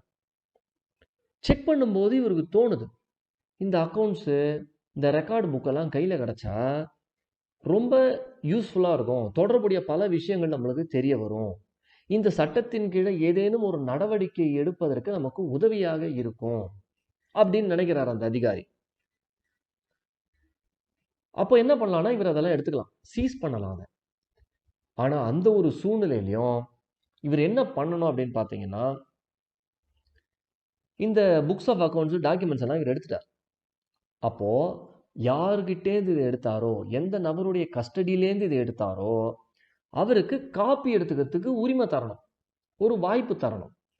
சரிங்க, நான் அந்த டாக்குமெண்ட்ஸ்லாம் எடுத்துகிட்டு போக போகிறேன், உங்கள் அக்கௌண்ட்ஸ்லாம் எடுத்துகிட்டு போக போகிறேன், நீங்கள் வேணும்னா அதெல்லாம் ஜெராக்ஸ் போட்டு எனக்கு கொடுங்க, இல்லைனா இதிலே நீங்கள் எதாவது குறிப்பெடுத்துக்கிறதுனா எடுத்துங்க அப்படின்னு சொல்கிறதுக்கு அதிகாரம் இருக்கிறது. ஆனால் அந்த ஜெராக்ஸ் எடுக்கிறதோ இல்லை அதுலேருந்து குறிப்பு எடுக்கிறதோ எப்போ எடுக்கணும், எப்படி எடுக்கணும்னு பார்த்தீங்கன்னா, ஒரு ஆஃபீஸர் அங்கே இருக்கும்பொழுது எடுக்கணும். அப்போது அந்த ஆஃபீஸரோட கஸ்டடியில் தான் இதெல்லாம் இருக்கும். அந்த ஆஃபீஸரே கூட நின்று ஜெராக்ஸ் எடுக்கிற இடத்துல பக்கத்துலேயே நிற்பார், எடுத்து அந்த நபர்கிட்ட கொடுப்பார் ஜெராக்ஸ். இல்லை நீங்கள் எழுதிக்கிறீங்களா, நீங்கள் எழுதுங்க, பக்கத்துலேயே நான் நிற்கிறேன்னு. இந்த மாதிரி செய்ய முடியும். இது வந்து ஜேல சப் கிளாஸ் 3ல சொல்லப்பட்டிருக்க விஷயம். அடுத்தது பார்த்தீங்கன்னா சப்செக்ஷன் 3. ஒரு நபர் இருக்காரு, எசென்ஷியல் கமாடிட்டியை வந்து விற்கிறார். எந்த அடிப்படையில் பார்த்தீங்கன்னா கிளாஸ் எஃப் நம்ம முன்னாடியே பார்த்துட்டோம், அந்த அடிப்படையில் விற்கிறார் ஆஃப் சப்செக்ஷன் 2. அப்போ என்ன பண்ணணும்னா அவருக்கு அதற்குண்டான பணத்தை கொடுக்க வேண்டும்.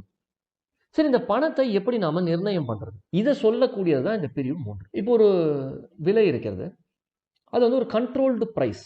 கண்ட்ரோல்டு பிரைஸ்னா வேற எதுவும் இல்லைங்க, கட்டுப்படுத்தப்பட்ட விலை, அவ்வளவுதான்.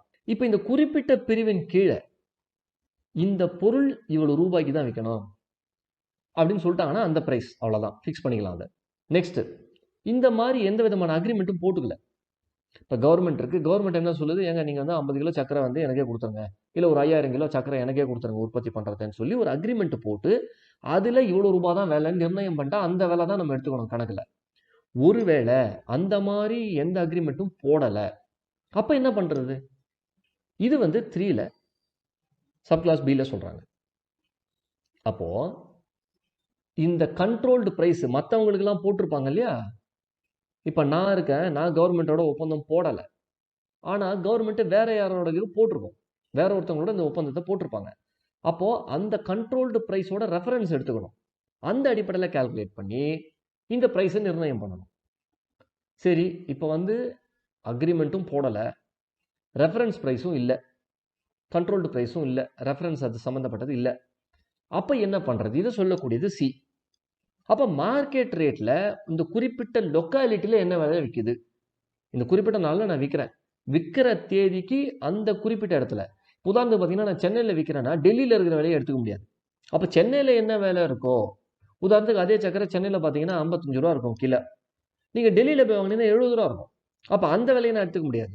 நான் எந்த இடத்துல விற்கிறேனோ, எந்த லொக்காலிட்டியில் அந்த மார்க்கெட் ரேட் டிட்டர்மைன் பண்ணப்படுதோ, அந்த குறிப்பிட்ட நாள் என்னைக்கு நான் விற்கிறேனோ, எந்த இடத்துல விற்கிறேனோ அந்த இடத்துல அதுக்கு என்ன விலைன்னு நிர்ணயிக்கப்பட்டிருக்கிறதோ அந்த விலையை அப்ளை பண்ணணும். இப்போ விலையை பொறுத்த மட்டும் எவ்வளவு விலை கொடுக்கணும் அப்படின்றதுக்கு இந்த 3 விஷயங்கள் அடிப்படையாக அமையும். அடுத்தது பார்த்தீங்கன்னா 3A. இப்போ சென்ட்ரல் கவர்மெண்ட்டுக்கு ஒரு எண்ணம் தோணுது, விலையெல்லாம் ஏறிட்டே போகுது பொருளுக்கு, இல்லை பொருளை பதுக்கி வைக்க ஆரம்பிச்சிட்டாங்க, ஒரு குறிப்பிட்ட உணவுப் பொருளை பதுக்க ஆரம்பிச்சிட்டாங்க ஒரு குறிப்பிட்ட லொக்காலிட்டியில். அப்போ என்ன பண்ணலாம் இந்த மத்திய அரசாங்கம் அப்படின்னு பார்த்தீங்கன்னா, அரசிதழில் வந்து ஒரு நோட்டிஃபிகேஷன் கொடுக்கலாம். எந்த ப்ரைஸில் இந்த குறிப்பிட்ட ஃபுட் ஸ்டஃப்பை விற்கணும், எந்த விலையில் இந்த குறிப்பிட்ட உணவுப் பொருளை விற்க வேண்டும் அப்படின்றத ரெகுலேட் பண்ண முடியும் இந்த சப்செக்ஷன் கீழே. அடுத்தது இதுலேயே சப் கிளாஸ் 2. இப்போ இதுக்கு கீழே நம்ம பார்த்த மாதிரி ஒரு நோட்டிஃபிகேஷனை கொடுத்துட்றாங்க, ஒரு அறிவிப்பை கொடுத்துட்றாங்க. இந்த அறிவிப்பு எவ்வளோ நாள் வரைக்கும் இருக்கும்? Not exceeding 3 months. 3 மாதத்திற்கு ஜாஸ்தியாக போகக்கூடாது. 3 மாதத்துக்கு 3 மாதமோ 3 மாதத்துக்கு கீழேயோ இருக்கணும். அடுத்தது இதுலேயே சப் கிளாஸ் 3. இப்போ ஒரு நோட்டிஃபிகேஷன் கொடுத்துட்டாங்க, இந்த சப்செக்ஷன் கீழே நோட்டிஃபிகேஷன் கொடுத்தாச்சு. கொடுத்ததுக்கு அப்புறமா ஒரு குறிப்பிட்ட நபர் இந்த உணவுப் பொருட்களை இந்த ஆணைக்கு உட்பட்டு, இந்த ஆணையில் எவ்வளோ ரூபாய்க்கு விற்கணும், எந்த இடத்துல விற்கணும், எவ்வளோ விற்கணும் அப்படின்னு சொல்கிறாங்களோ அதுக்கெல்லாம் உட்பட்டு தான் விற்கிறார். அப்போது இவருக்கு காசு கொடுக்கணும். எந்த அடிப்படையில் அந்த காசை கொடுக்கறது, இதை சொல்லக்கூடியது தான் இதுக்கு கீழே வரக்கூடிய 3 உட்பிரிவுகள்.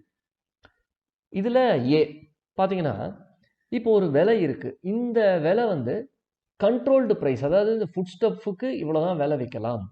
This can be the controlled price for the foodstuff. இந்த விலைக்கு மேலே இந்த உணவுப் பொருட்களுக்கு போகக்கூடாது அப்படின்ற மாதிரி ஏதாவது ஒரு விலை ஃபிக்ஸ் பண்ணி வச்சிருந்தால், அந்த விலைக்கு ஒத்துக்கிட்டு இருந்தா 2 பேரும், அப்போ அந்த அக்ரிட் ப்ரைஸ். சரி, இந்த மாதிரி எதுவுமே இல்லை, இது வந்து பி. இப்போ நம்ம சொல்ல போகிறது, இப்போ இந்த மாதிரி ஒரு அக்ரிமெண்ட்டே ரீச் ஆகலை, அப்போது இந்த கண்ட்ரோல்டு ப்ரைஸ் என்னங்கிறத அடிப்படையாக வச்சு அதை ரெஃபரன்ஸாக எடுத்துக்கிட்டு அந்த அடிப்படையில் ஒரு விலையை நிர்ணயம் செய்ய வேண்டும். கண்ட்ரோல்டு ப்ரைஸ் அடிப்படையில் நம்ம ஒரு விலை நிர்ணயம் பண்ணியிருந்தால் அந்த விலை, ஒருவேளை நம்ம அந்த மாதிரி ஒத்துக்கலை அப்படின்னு சொன்னால் அதை ரெஃபரன்ஸாக வச்சுக்கிட்டு அதன் அடிப்படையில் விலையை நம்ம நிர்ணயம் பண்ணணும். அடுத்தது இது ரெண்டுமே இல்லை, நம்ம ஒத்துக்கவும் இல்லை, இந்த கண்ட்ரோல்டு ப்ரைஸும் இல்லை இதுக்கு. அப்போ என்ன பண்ணலாம் அப்படின்னு பார்த்தீங்கன்னா, அந்த குறிப்பிட்ட இடத்துல நீங்கள் எங்கே விற்கிறீங்களோ அந்த இடத்துல இந்த பொருளுக்கு ஆவரேஜ் மார்க்கெட் ரேட் என்ன, இந்த 3 மாசத்துல, அந்த குறிப்பிட்ட நோட்டிஃபிகேஷனுக்கு முன்னாடி இருக்கக்கூடிய 3 மாசத்துல அந்த பொருளுக்கு என்ன விலை இருந்தது அந்த இடத்துல. இப்போ இன்னைக்கு நான் ஒரு நோட்டிஃபிகேஷன் விடுறேன், அதாவது கவர்மெண்ட் வந்து இன்னைக்கு ஒரு நோட்டிஃபிகேஷன் விடுறாங்க, இந்த நோட்டிஃபிகேஷனுக்கு முன்னாடி இருக்கக்கூடிய 3 மாசத்துல என்ன விலை இருந்தது அப்படின்றத அடிப்படையாக வச்சு அந்த அடிப்படையில் விலையை நிர்ணயம் செய்யலாம். அடுத்தது பார்த்தீங்கன்னா 4, இந்த ஆவரேஜ் மார்க்கெட் ரேட்டுன்னு நம்ம பார்த்தோம். மார்க்கெட்டில் என்ன விலை விற்குது ஆவரேஜா, இதை யார் அப்போ நிர்ணயம் பண்ணுவா? இப்போ நான் ஒரு விலை சொல்லலாம், கவர்மெண்ட் ஒரு விலை சொல்லும். என்னை பொறுத்த மட்டும் நான் என்ன சொல்லுவேன், எங்கள் பக்கத்தில் இருக்கிற கடைக்காரர் அவர் வந்து 60 ரூபாய்க்கு விற்றுருக்காருங்க, அப்போ அதுவும் தானே மார்க்கெட் ரேட்டு, நீங்கள் 55 ரூபா விற்கிறவனை பார்க்குறீங்க, நான் எப்படி இதை நிர்ணயம் பண்ணுறது அப்படின்னு ஒரு பிரச்சனை வரும். அப்படின்றதுனால கவர்மெண்ட் என்ன பண்ணுறாங்கன்னா, சென்ட்ரல் கவர்மெண்ட் ஒரு ஆஃபீஸரை ஆத்தரைஸ் பண்ணுறாங்க. அந்த ஆஃபீஸர் வந்து நிர்ணயம் பண்ணுவார். இதுக்கு ஏதாவது பப்ளிஷ்டு ஃபிகர்ஸ் எல்லாம் இருக்கா? ஏற்கனவே நம்ம வந்து வெளியிடப்பட்ட விலை பட்டியல் ஏதாவது இருக்குதா இதுக்கு? அந்த குறிப்பிட்ட இடத்துல. சரி, அந்த குறிப்பிட்ட இடத்துல இல்ல, பக்கத்துல இருக்கக்கூடிய இடம். இப்ப சென்னையில இல்ல, சரி திருவள்ளூர்ல இருக்கா? இல்ல காஞ்சிபுரத்துல இருக்கா? இங்க ஏதாவது இந்த பொருளுக்கு குறிப்பிட்ட விலை எவ்வளவுதான் அப்படின்ற மாதிரி யாராவது பப்ளிஷ் பண்ணிருக்காங்களா? விலைப்பட்டியல் யாராவது வெளியிட்டு இருக்காங்களா? இதெல்லாம் பார்ப்பாங்க. அப்ப அது எல்லாத்தையும் கணக்குல எடுத்துட்டு அவங்க வந்து இதுதான் இதோடைய விலை, இதுதான் இதோட ஆவரேஜ் மார்க்கெட் ரேட் அப்படின்ற மாதிரி நிர்ணயம் செய்வார்கள். அப்ப நிர்ணயம் பண்ணதுக்கு அப்புறம் இதுதான் ஃபைனல். இதை போய் நீங்க நீதிமன்றத்துல வந்து ஏங்க இந்த விலை ஃபிக்ஸ் பண்ணதெல்லாம் தப்புங்க, இந்த விலையெல்லாம் ஏத்துக்க முடியாதுங்க அப்படின்னு சொல்லி கோர்ட்ல கேஸ் போட முடியாது. அப்ப அந்த சென்ட்ரல் கவர்மெண்ட் அத்தாரிட்டி அந்த ஆபீசரை அவர் என்ன விலை நிர்ணயம் பண்றாரோ அந்த விலையை நீங்க ஏத்துக்கிட்டு தான் ஆகணும், வேற ஆப்ஷன் கிடையாது. ஆனா அவர் எந்த அடிப்படையில நிர்ணயம் பண்ணுவார்னு பாத்தீங்கன்னா, இந்த விலை பட்டியல் வச்சிருப்பாங்க இல்லையா, மத்தவங்க எல்லாம் என்ன விலைக்கு வித்திருக்காங்க அந்த டீடைல்ஸ் எல்லாம் இருக்கும். அந்த அடிப்படையில் அவர் நிர்ணயம் பண்ணுவார். ஸோ அது ஓரளவுக்கு நியாயமா இருக்கும் அப்படின்ற நம்பிக்கையில் தான் இந்த ஒரு குறிப்பிட்ட கிளாஸை வந்து கொண்டு வந்திருக்காங்க. அடுத்தது 3B. இப்போ ஒரு குறிப்பிட்ட நபர் இருக்கார். இந்த குறிப்பிட்ட நபர் சென்ட்ரல் கவர்மெண்ட்டுக்கோ இல்ல ஸ்டேட் கவர்மெண்ட்டுக்கோ இல்ல இவங்க நியமனம் பண்ண ஒரு அலுவலருக்கோ ஒரு அதிகாரிக்கோ அல்லது ஒரு முகவருக்கோ விற்க வேண்டிய கட்டாயத்தில் இருக்காங்க, இல்ல ஒரு கார்பரேஷனுக்கு கொடுக்க வேண்டிய கட்டாயத்தில் இருக்காங்க. என்னென்னலாம் இவங்க விற்க வேண்டிய கட்டாயத்தில் இருக்காங்கன்னு பாருங்க. ஃபுட் கிரைன்ஸ், உணவு தானியங்கள் நம்ம ஏற்கனவே பார்த்தோம், அல்லது உட்கொள்ளக்கூடிய எண்ணெய் வித்துக்கள், இந்த மாதிரி இருக்கக்கூடிய விஷயங்கள், அல்லது உட்கொள்ளக்கூடிய எண்ணெய்கள், நம்ம அந்த நல்லெண்ணெய், தேங்காய் எண்ணெய், இந்த மாதிரி நம்ம யூஸ் பண்ணக்கூடிய நம்ம சமையலுக்கோ இல்லை இதுக்கு மாதிரி யூஸ் பண்ணக்கூடிய ஆயில்ஸ், இதை விற்க வேண்டிய கட்டாயத்தில் ஒரு நபர் இருக்கார் ஒரு ஆர்டரின் அடிப்படையில் அப்படின்னு வச்சுங்களேன். இது சம்பந்தமா ஒரு நோட்டிஃபிகேஷன் இஷ்யூ பண்ணப்படலை, இப்படி ஒரு சூழ்நிலை இல்லை, ஒருவேளை நோட்டிஃபிகேஷன் இஷ்யூ பண்ணப்பட்டுருச்சு, ஆனால் அது ஃபோர்ஸில் இல்லை. இப்போ நோட்டிஃபிகேஷன் கொடுத்துட்டாங்க, நோட்டிஃபிகேஷன் ஒரு 2 வாரத்துக்குன்னு கொடுத்துருக்காங்கன்னு வச்சுங்க, அந்த 2 வாரம் முடிஞ்சு போச்சு.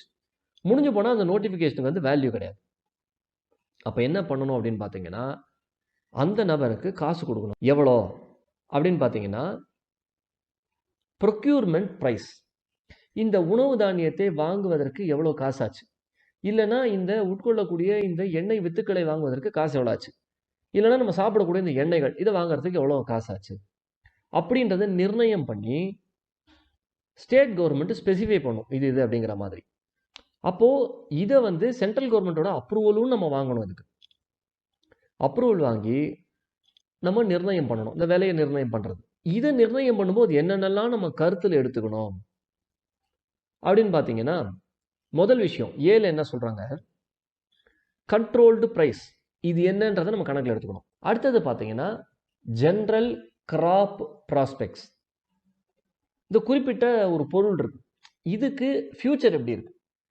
இந்த குறிப்பிட்ட உதாரணத்துக்கு இப்போ எண்ணெய் வித்துக்கள் நம்ம சொல்கிறோம், இப்போ நல்லெண்ணெய் இல்லைன்னா ஒரு தேங்காய் எண்ணெய்னு வச்சுப்போமே. இப்போ தேங்காய் எண்ணெய் வந்து தேங்காயிலேருந்து வருது.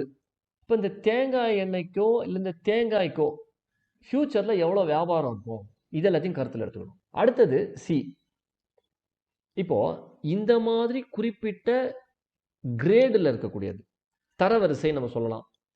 உதாரணத்துக்கு பார்த்தீங்கன்னா நல்ல குவாலிட்டியான தேங்காய் இருக்கும், சிலதெல்லாம் ரொம்ப சின்னதான தேங்காய், நிறைய எண்ணெய் வராது, இந்த மாதிரிலாம் இருக்கும். இந்த மாதிரி தரம் பிரிப்பது, தரவரிசை பட்டியல் உருவாக்குவது, இந்த மாதிரிலாம் உருவாக்கி இப்போ இந்த குறிப்பிட்ட நிலையில் இருக்கக்கூடிய இந்த குறிப்பிட்ட தரத்தில் இருக்கக்கூடியதுக்கு விலை என்ன.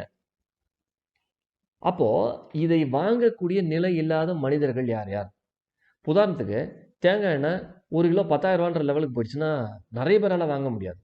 5,000 ரூபானா ஒரு சில பேர் வாங்கலாம், 1000 ரூபானா இன்னும் கொஞ்சம் கூடுதலாக வாங்கலாம், 500 ரூபானா இன்னும் கொஞ்சம் கூடுதலாக வாங்கலாம், 100 ரூபானா இன்னும் கொஞ்சம் கூடுதலாக வாங்கலாம். அப்போ இதனால பாதிப்பு ஏற்படக்கூடிய மக்கள் யார் யார், அவங்களுக்கு என்னென்னலாம் பண்ண முடியும், அவங்க வாங்கக்கூடிய நிலையில இது எப்படி ரீடைன் பண்றது, இந்த மாதிரி விஷயங்களை எல்லாத்தையும் கருத்தில் எடுத்துக்கணும். எடுத்துக்கிட்டு அதையும் கணக்கில் கொள்ளணும் இந்த விலையை நிர்ணயம் செய்யும் போது. அடுத்தது பார்த்தீங்கன்னா அக்ரிகல்ச்சரல் பிரைசஸ் கமிஷன் அப்படின்னு ஒன்று இருக்கு. இது டீல சொல்லப்பட்டிருக்க விஷயம். இந்த அக்ரிகல்ச்சரல் பிரைசஸ் கமிஷன் இவங்க என்ன பண்ணுவாங்கன்னா சில ரெக்கமெண்டேஷன் கொடுப்பாங்க. இந்த குறிப்பிட்ட பொருளுக்கு இந்த விலை தாங்க வைக்கணும், இந்த குறிப்பிட்ட தரத்தில் இருந்ததுன்னா இவ்வளோ தாங்க விலை வைக்கணும் அப்படின்ற மாதிரி நிர்ணயம் செய்வார்கள். இந்த தேங்காய் எண்ணெயா, இது பெரிய தேங்காய்ங்க, இதுக்கு இவ்வளோ ரூபாய் நிர்ணயம் பண்ணலாங்க, இதுக்கு இந்த விலை வைக்கலாங்க அப்படிங்கிற மாதிரி அவங்க சொல்லுவாங்க. அந்த மாதிரி சொல்லப்பட்டிருக்கு அப்படின்னு சொன்னா அதை அடிப்படையாக வைத்து இவர்கள் நிர்ணயம் செய்ய வேண்டும். இதெல்லாம் சொல்லப்பட்டிருக்கு இந்த விஷயத்துல. இது வந்து 3B இதுல சொல்லப்பட்டிருக்க விஷயங்கள். அடுத்தது பாத்தீங்கன்னா 3C. இப்போ ஒரு ப்ரொடியூசர் இருக்கார், ஒரு பொருளை வந்து உற்பத்தி செய்கிறவர் இருக்கார். இவர் வந்து ஒரு குறிப்பிட்ட வகையான சுகர் இருக்கு, இதை வந்து சென்ட்ரல் கவர்மெண்ட்டுக்கோ இல்லை ஸ்டேட் கவர்மெண்ட்டுக்கோ இல்லை அவங்க நியமனம் பண்ண அலுவலருக்கோ அல்லது அவர்களுடைய பிரதிநிதி யாராக இருந்தாங்கன்னா ரெப்ரசன்டேட்டிவோ இல்லை அவங்க ஏஜென்ட்டோ முகவர் யாராவது இருந்தாங்கன்னா இல்லை குறிப்பிட்ட ஒரு வகையான மக்களுக்கு இது விற்கணும் அப்படின்னு சொல்லி இருந்தால் அவர்களுக்கோ, இப்போ இந்த ஒரு குறிப்பிட்ட சூழ்நிலையில் நோட்டிஃபிகேஷன் இஷ்யூ பண்ணியிருந்தாலும் சரி இஷ்யூ பண்ணலைனாலும் சரி, இந்த ரெண்டு சூழ்நிலையுமே இந்த ப்ரொடியூசருக்கு, அதாவது இந்த உற்பத்தி பண்ணக்கூடிய நபருக்கு காசு கொடுக்கணும், இல்லை அதற்குண்டான விலையை நிர்ணயம் செய்ய வேண்டும். ஒரு மத்திய அரசாங்கம் எப்படி விலையை நிர்ணயம் செய்யறது அப்படின்னு பார்த்தீங்கன்னா, fair and remunerative price determine by the central government as the price of sugar cane to be taken into account under this section. ஒரு நியாயமான விலை, அவருக்கு தகுந்த ஒரு விலை, இந்த மாதிரி கொடுக்கணும். இதை வந்து சென்ட்ரல் கவர்மெண்ட் நிர்ணயம் பண்ணலாம். இதுல இவங்க முக்கியமா எடுத்துக்க வேண்டியது கரும்பு இருக்கு பாருங்க, சுகர் கேன். இதை உற்பத்தி பண்ணக்கூடிய, ஏன்னா இந்த சுகர் கேனையும் சேர்த்து தான் சுகர் உருவாகுது. சுகர் கேன் இல்லாத நம்ம அதை உருவாக்க முடியாது. அப்ப இந்த சுகர் கேனோட பிரைஸ் என்ன, இந்த கரும்பின் விலை என்ன அப்படிங்கிறதையும் கருத்தில் கொள்ளணும். அடுத்தது மேனுஃபேக்சரிங் காஸ்ட் ஆஃப் சுகர். இதை உற்பத்தி பண்றாங்க இல்லையா, இதுக்கு நிறைய செலவுகள் ஆகும். இதை உற்பத்தி பண்றதுக்கு என்ன செலவாகுது அப்படிங்கிற விவரத்தையும் இவங்க வந்து கருத்தில் கொள்ள வேண்டும்.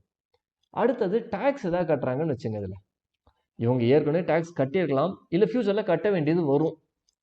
அப்ப அந்த டியூட்டி கட்டியிருக்காங்க, இல்லை வரி கட்டியிருக்காங்க, இது எவ்வளோ அப்படின்றதையும் கணக்கில் எடுத்துக்கணும். அடுத்தது டீல பார்த்தீங்கன்னா, நான் வந்து ஒரு முதலீடு போட்டிருக்கேன் ஒரு பிஸ்னஸ்ல. அப்போ அந்த முதலீட்லேருந்து ஏதாவது ரிட்டர்ன்ஸ் வரணும்னு நான் நினைப்பேன். நானே வந்து ஒரு சர்க்கரை உற்பத்தி செய்கிறேன், அப்போ அதுலேருந்து தகுந்ததான் எனக்கு ரிட்டர்ன்ஸ் வரணும்னு நான் நினைப்பேன். அது தவறில்லை. அந்த மாதிரி இருக்கும் பொழுது நான் ரீசனபிள் ரிட்டர்ன் எதிர்பார்த்து ஒரு இன்வெஸ்ட்மெண்ட் பண்ணும்போது அதுக்கு தகுந்த ரீசனபிள் ரிட்டர்ன் என்ன அப்படின்றதையும் கணக்கில் எடுத்துக்கணும். ஒருவேளை சென்ட்ரல் கவர்மெண்ட் நினைத்தால் டிஃப்ரெண்ட் பிரைசஸை நிர்ணயம் பண்ண முடியும். ஒவ்வொரு பொருளுக்கும் ஒவ்வொரு விலை அப்படிங்கிற மாதிரி நிர்ணயம் பண்ண முடியும். டயத்துக்கு ஏற்ற மாதிரி, டிஃப்ரெண்ட் ஏரியாஸை பொறுத்து, இல்லை வெரைட்டி ஆஃப் சுகரை பொறுத்து. சிலதெல்லாம் பார்த்தீங்கன்னா ஹை குவாலிட்டி சுகர்னுவாங்க, விலை ரொம்ப ஜாஸ்தியாக இருக்கும். சிலதெல்லாம் கொஞ்சம் lower quality middle level sugar, கொஞ்சம் கிளீனிங் ப்ராசஸ் எல்லாம் கொஞ்சம் கம்மியாக இருக்கும். சிலதெல்லாம் லோ கிளாஸ் சுகராக இருக்கும், குவாலிட்டியும் ரொம்ப மட்டமாக இருக்கும், அதுக்கு விலையும் கம்மியாக இருக்கும். இப்போ இந்த மாதிரி வெவ்வேறு வெரைட்டியை பொறுத்து சென்ட்ரல் கவர்மெண்ட் விலையை வந்து நிர்ணயம் செய்யலாம். இப்போ 2008லேருந்து 2009 சீசன், இந்த சுகர் சீசன், அக்டோபர் 2009 1ஆம் தேதி, இதற்கு முன்பாக, அதாவது 1 அக்டோபர் 2009, இதற்கு முன்பாக என்ன விலை ஃபைனலைஸ் பண்ணப்பட்டிருந்ததோ அந்த விலையை கருத்தில் எடுத்துக்கொள்ளலாம். இதுக்கு பின்னாடியே ஒரு எக்ஸ்பிளனேஷனும் கொடுக்குறாங்க. இந்த குறிப்பிட்ட சப்செக்ஷனுக்கு என்னென்னலாம் நீங்க எடுத்துக்கணும், என்னென்னலாம் கருத்தில் கொள்ளணும் அப்படின்ற மாதிரி விஷயத்த சொல்றாங்க இந்த விளக்கத்துல. அதுல பார்த்தீங்கன்னா ஃபேர் அண்ட் ரெம்யூனரேட்டிவ் பிரைஸ் அப்படின்றாங்க. இந்த ஃபேர் அண்ட் ரெம்யூனரேட்டிவ் பிரைஸ்னா என்னென்ன, இதுக்குள்ள என்னென்னலாம் வரும் அப்படின்னு பார்த்தீங்கன்னா, price of sugar can determined by the central government under the section. அதாவது இந்த கரும்பை இவ்வளோ ரூபாய்க்கு தான் விற்கணும் அப்படிங்கிறத நிர்ணயம் செய்து வைத்திருப்பார்கள். சென்ட்ரல் கவர்மெண்ட் நிர்ணயம் பண்ணியிருக்கோம். நம்ம கொள்முதல் விலைன்னு சொல்லலாம். இந்த மத்திய அரசாங்கம் எவ்வளோ ரூபாய்க்கு அதை வாங்கிக்கும், அது கொள்முதல் விலை. இது ஒன்று, இது வந்து ஏல சொல்றாங்க. அடுத்தது பில பார்த்தீங்கன்னா மேனுஃபேக்சரிங் காஸ்ட் ஆஃப் சுகர். இந்த சர்க்கரையை உற்பத்தி செய்வதற்கு எவ்வளோ செலவாகுது அப்படின்னு சொன்னா, கரும்பிலிருந்து சுகரா மாறுறதுக்கு என்ன செலவாகுது இதை கணக்கில் எடுத்துப்பாங்க. அதுல உதாரணத்துக்கு பார்த்தீங்கன்னா, கரும்பு இந்த வயல்ல இருக்கும், இந்த வயல்லேருந்து கொண்டு வந்து இவங்க ஃபேக்டரிக்கு போடணும், இதுக்கு டிரான்ஸ்போர்ட்டேஷன் காஸ்ட்டும் வரும், அதையும் கூட சேர்த்துப்பாங்க. ஒருவேளை இந்த காசை யார் ப்ரொடியூஸ் பண்றாரோ அவரே நான் கொடுக்குறேன்னு சொல்லியிருந்தாருன்னு வச்சுங்க, அந்த காஸ்ட்டையும் சேர்த்துக்கணும். இப்போ எக்ஸாம்பிள் பாருங்க, நான் வந்து ஒரு சுகர் ஃபேக்டரி வச்சிருக்கிறேன்.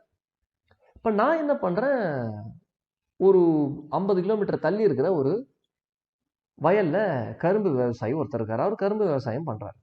அவர்கிட்ட நான் சொல்கிறேன், ஏங்க நீங்கள் விளைவிக்கிற கரும்பெல்லாம் எனக்கே கொடுத்துருங்க, நான் வாங்கிக்கிறேன் அப்படின்னு சொல்லிட்டு உங்களுக்கு அங்கேருந்து இங்கே அனுப்புறதுக்கு என்ன செலவாகுதோ, வண்டியில் ஏற்றி அனுப்புறதுக்கு என்ன செலவாகுதோ அதையும் நானே கொடுத்துட்றேங்க அப்படின்றாரு. இந்த சூழ்நிலை ப்ரொடியூசர் சொல்கிறாரு, நான் கொடுத்துட்றேங்க அப்படின்னு. அப்போ அது ஒரு விஷயம். அப்போ அந்த காஸ்ட்டையும் நம்ம இதில் சேர்த்துக்கணும், கணக்கில் எடுத்துக்கணும். அதே மாதிரி இந்த கரும்பை சர்க்கரையாக மாற்றுறதுக்கு என்னென்னலாம் ப்ராசஸ் பண்ணுறாங்களோ அதுக்கு என்னென்னலாம் செலவாகுதோ அதையும் கணக்கில் எடுத்துக்கணும். இதை சொல்லக்கூடியது பி. அடுத்தது சி பார்த்தீங்கன்னா ப்ரொடியூசர். யார் ப்ரொடியூசர் அப்படின்னு பார்த்தீங்கன்னா சுகரை மேனுஃபேக்சர் பண்ணுற பிஸ்னஸ் பண்ணக்கூடியவர், அந்த வியாபாரத்தை செய்யக்கூடியவர், சர்க்கரையை உற்பத்தி செய்யக்கூடிய வேலையை செய்பவர், இவங்க எல்லாமே ப்ரொடியூசர். அடுத்தது D, reasonable return on the capital employed. Capital எம்ப்ளாய்னா வேற எதுவும் இல்லைங்க, நான் முதலீடு போடுறேன் ஒரு தொழிலுக்கு, அந்த தொழிலேருந்து எனக்கு குறைஞ்சபட்சமாவது ரிட்டர்ன் வரணும். ஒரு 10 ரூபா போட்டால் குறைஞ்சபட்சம் எனக்கு 1 ரூபாயோ 2 ரூபாயாவது லாபம் வரணும். அதுக்கு தான் நான் போடுறது முதலீடு. அப்போது இதில் என்னென்னலாம் நம்ம பார்க்கணும் அப்படின்னு பார்த்தீங்கன்னா, நான் போட்ட முதலீட்டுலேருந்து எவ்வளோ ரிட்டர்ன் வரும் எனக்கு முதல் விஷயம். அது கூட சேர்த்து நான் எவ்வளோ ஒர்க்கிங் கேபிட்டல் போட்டிருக்கேன். ஒர்க்கிங் கேபிட்டல்லாம் வேறு எதுவும் இல்லை, அந்த ஒரு குறிப்பிட்ட ஒரு செயலை செய்வதற்கோ அல்லது தொழிலை செய்வதற்கோ நான் எவ்வளோ ரூபாய் முதலீடு போட்டிருக்கேன் உள்ள, அதையும் கணக்கில் எடுத்துக்கணும். இதில் என்னென்னலாம் வரும் அப்படின்னு பார்த்தீங்கன்னா, நான் வந்து இந்த கரும்பை வாங்கியிருப்பேன், வாங்கிறதுக்கு ஒரு காசு கொடுத்துருப்பேன், அந்த காசையும் உள்ளே சேர்த்துக்கணும்.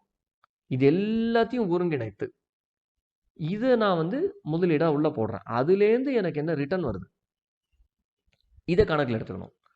அடுத்தது எக்ஸ்பிளனேஷன் 2 அப்படின்னு ஒன்று கொடுக்குறாங்க. இப்போ இதில் எதெல்லாம் வரும் எதெல்லாம் வராது அப்படின்ற ஒரு பாகுபாடை கொண்டு வராங்க, ஒரு ஒரு டிஃபரன்சியேஷனை கொண்டு வராங்க. அதில் பாருங்கள், do not include the price paid or payable under any order or any enactment of any state government and any price agreed to between the producer and the grower or sugar cane growers cooperative society. இப்போ நம்ம முன்னாடி பார்த்தது central government இந்த கரும்பை இவ்வளோ ரூபாய்க்கு தான் விற்கலான்னு சொல்லியிருந்தா அதை நம்ம கணக்கில் எடுத்துக்கணும்னு சொன்னோம். இங்கே என்னன்னு கேட்டிங்கன்னா, இந்த ஒரு குறிப்பிட்ட சுகர் ஃபேக்டரி ஓனர் நேரடியாக போய் விவசாயிகிட்ட ஒப்பந்தம் போட்டுறாரு, எனக்கு இவ்வளோ ரூபாய்க்கு தான் நீ விற்கணும் அப்படின்ட்டு. இது பார்த்தீங்கன்னா இன்க்ளூட் ஆகாது, இதுக்குள்ளே வராது. ஒருவேளை ஸ்டேட் கவர்மெண்ட்டு ஒரு ஆர்டர் போடுறாங்க, இந்த ப்ரைஸுக்கு தான் விற்கணும், இந்த ப்ரைஸ் தான் நாங்கள் பே பண்ணுவோம் சுகருக்கு அப்படின்னு சொல்லி அவங்களே நிர்ணயம் பண்ணிடுறாங்க. மேனுஃபேக்சரிங் காஸ்ட் ஆஃப் சுகரா இவ்வளோ தான், ஃபேர் அண்ட் ரெம்யூனரேட்டிவ் ப்ரைஸா இவ்வளோ தான், ரீசனபிள் ரிட்டர்னா இவ்வளோ தான் அப்படின்னு சொல்லி நிர்ணயம் பண்ணிடுறாங்க. அப்போது இந்த மாதிரி நிர்ணயம் பண்ணப்பட்டுட்டா இதுக்குள்ளே வராது. இப்போ இவங்க நிர்ணயம் பண்ணும்போது சில அமௌண்ட் எல்லாம் சொல்லுவாங்க ஸ்டேட் கவர்மெண்ட்டு, நீங்கள் இதுக்கு வந்து இவ்வளோ ரூபாய் கட்டணும், இதுக்கு இவ்வளோ ரூபாய் கட்டணும் அப்படின்ற மாதிரி இந்த சுகர் ஃபேக்டரி ஓனருக்கு சொல்லுவாங்க. இப்போ அதெல்லாம் இதுக்குள்ளே வருமா அப்படின்னு பார்த்தீங்கன்னா அதெல்லாம் இதுக்குள்ளே வராது. சிம்பிளான விஷயம் தான் இது. இப்போ இந்த செக்ஷன் 3D நம்ம பார்த்தோம் அப்படின்னு சொன்னால், சென்ட்ரல் கவர்மெண்ட் வந்து ஒரு குறிப்பிட்ட வகையான சுகரை வந்து நீங்கள் டெலிவர் பண்ணுங்கன்னு சொல்லலாம், இல்லை குறிப்பிட்ட வகையான சுகரை வந்து ரிமூவ் பண்ணுங்கன்னு சொல்லலாம் இந்த கோடவுன்லேருந்து. இதை சொல்கிறதுக்கு அதிகாரம் இருக்குது. இப்போ ஒருவேளை இந்த சென்ட்ரல் கவர்மெண்ட் வந்து இந்த மாதிரி ரெஸ்ட்ரிக்ஷன் கொடுத்துட்றாங்க, அந்த சூழ்நிலையின் காரணமாக இந்த ஃபேக்ட்ரி ஓனரால் வந்து பண முடை ஏற்பட்டு விடுகிறது. அவருக்கு பணம் இல்லாத ஒரு சூழ்நிலை ஏற்படுது. ஏதோ ஒரு சூழ்நிலை இந்த சென்ட்ரல் கவர்மெண்ட்டோடைய ரெஸ்ட்ரிக்ஷன்ஸ் காரணமாக இருக்கலாம், இல்லை வேறு ஏதாவது ஒரு காரணமாக கூட இருக்கலாம். அப்போ என்ன பண்ணலாம் அப்படின்னு பார்த்தீங்கன்னா, இந்த சுகர் ப்ரொடியூஸ் பண்ணுறாரு இல்லையா ஃபேக்ட்ரி ஓனர், இவர் என்ன பண்ணுவார்னா பேங்க் அப்ரோச் பண்ணி, சுகர் இருக்குது என்கிட்ட 1000 டன், இதை நான் உங்களுக்கு தரேன், நீங்கள் இதை பிளட்ஜ் பண்ணிக்கிட்டு எனக்கு வந்து ஒரு 1 lakh rupees கொடுங்க அப்படின்னு சொல்லி கேட்டு வாங்கிடுறார் ஒரு நேஷனலைஸ் பேங்க்கில். அவங்களும் காசு கொடுத்துட்றாங்க. கொடுத்ததுக்கப்புறமா இவர் என்ன பண்ணுறாருன்னா, இந்த காசை வந்து இவரால் கட்ட முடியாத ஒரு சூழ்நிலை ஏற்படுது, ஏதோ ஒரு காரணத்தினால கட்ட முடியல. அப்போ என்ன பண்ணலாம் அப்படின்னு பார்த்தீங்கன்னா, இந்த பேங்க் வந்து இந்த பிளட்ஜ் பண்ண சுகரை விற்க முடியுமா, அவர் தான் காசு கட்டலை, நாங்கள் இந்த சுகரை விற்றுடுறோம் அப்படின்னு சொல்லி விற்க முடியுமான்னு கேட்டிங்கன்னா விற்கலாம். ஆனால் சென்ட்ரல் கவர்மெண்ட்டோடைய டைரக்ஷன் வாங்கி விற்கணும், அவங்க கிட்ட அந்த பர்மிஷனை வாங்கிட்டு விற்கணும், அவ்வளோதான் சிம்பிளான விஷயம்.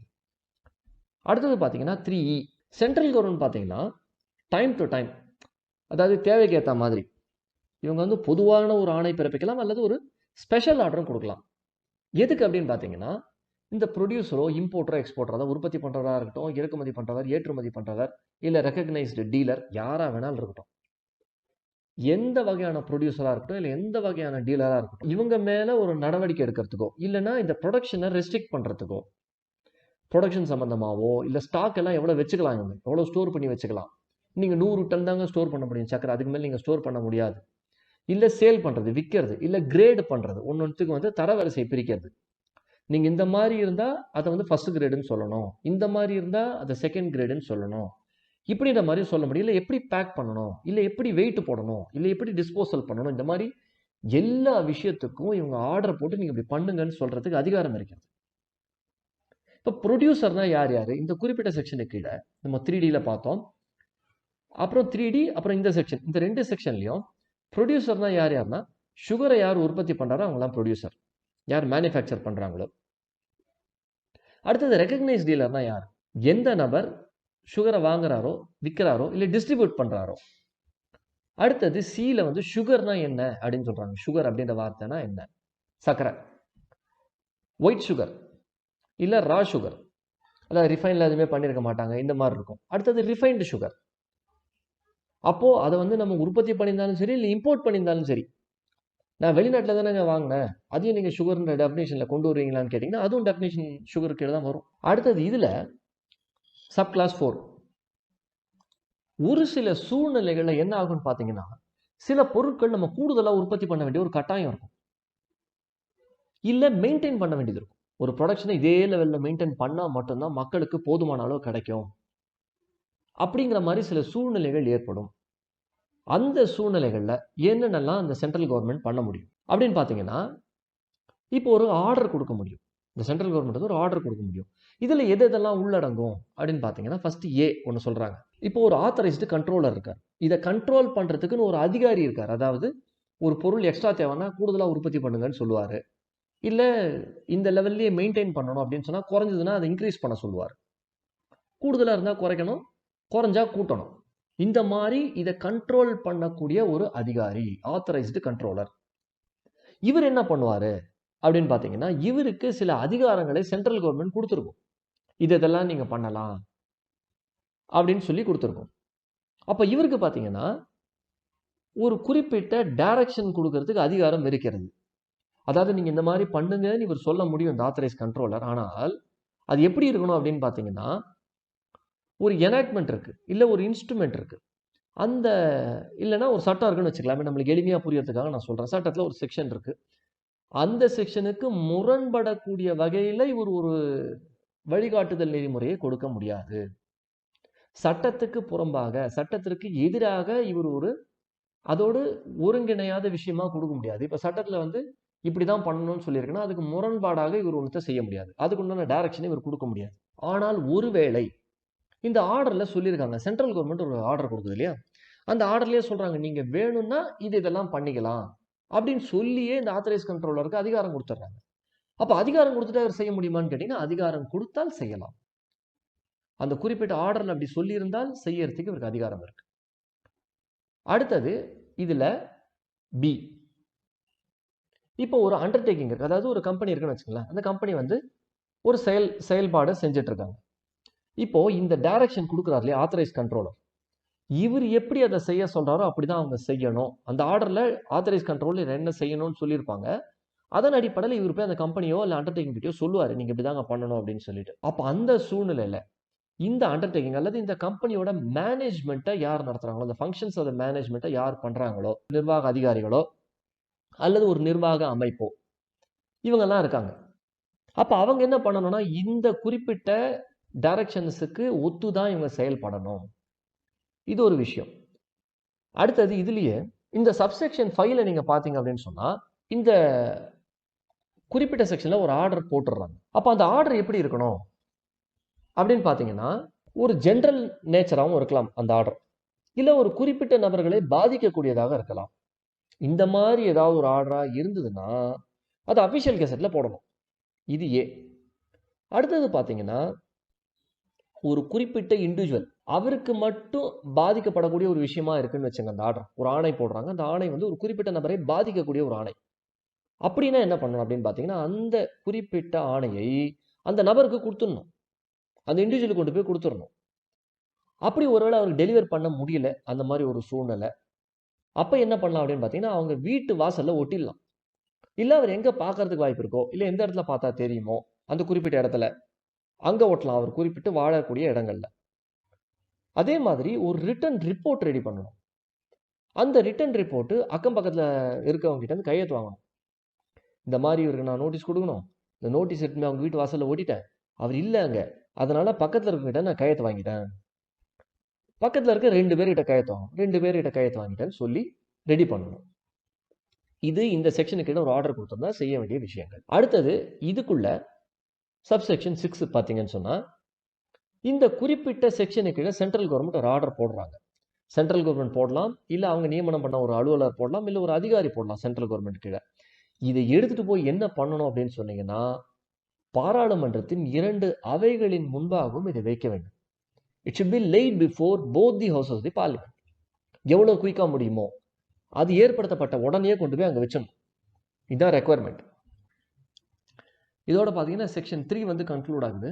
இந்த காணொளி நீங்க ஒரு நல்ல வழக்கறிஞர் ஆகிறதுக்கோ அல்லது நீதிபதி தேர்வில் தேர்வாகிறதுக்கு உண்டான பயனுள்ள விஷயமோ அல்லது ஒரு சட்ட அறிவை பெறுவதற்கோ உதவி இருக்கு அப்படின்னு நீங்க மனப்பூர்வமாக நினைச்சீங்கன்னா கட்டாயமா இந்த வீடியோவை லைக் பண்ணுங்க.